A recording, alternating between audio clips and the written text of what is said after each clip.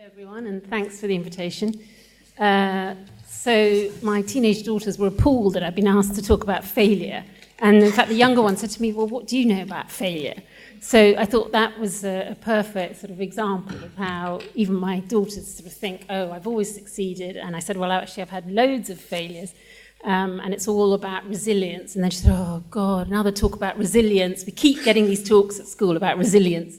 This is the sort of what we were just talking about, the sort of anti-CV. I mean, this isn't all of it, actually. I just put a few of the rejections on, and then I got fed up and ran out of space. And I couldn't remember them all, because we tend to block out the negative stuff.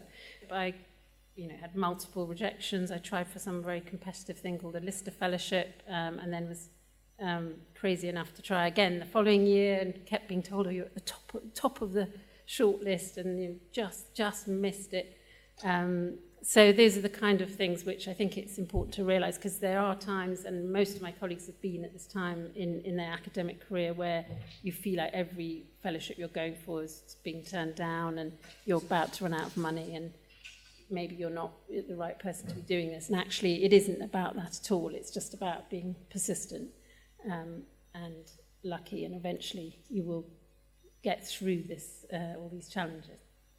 So my first year of my PhD completely failed. Nothing worked at all. The whole experimental plan turned out to be based on some quite dodgy previous research, and I had to start again from scratch in the second year. Manuscript submissions, every academic knows, is an ongoing battle of resilience. I've got one that I was working on in the Sunny Garden at the weekend, which I think is onto its 8th submission. And again, once those papers are out and being cited, you do forget that whole process. And you look at someone's CV and you think, oh, wow, we had a paper in Nature Medicine a couple of years ago, but that actually got rejected by, I can't remember, I think Immunity, before we then decided to go higher rather than lower.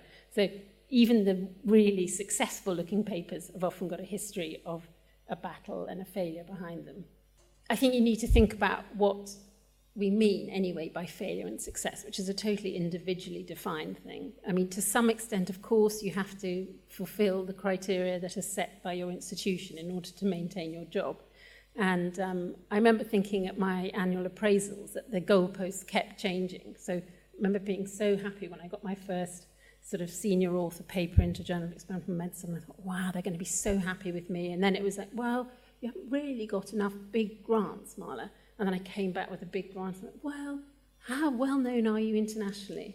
And then, I've got a really tough precedent to follow in my family, because my father has developed a really life-changing treatment. And so in my family, unless you're sort of curing millions of patients, you haven't really succeeded. So the goalposts just keep getting higher and higher.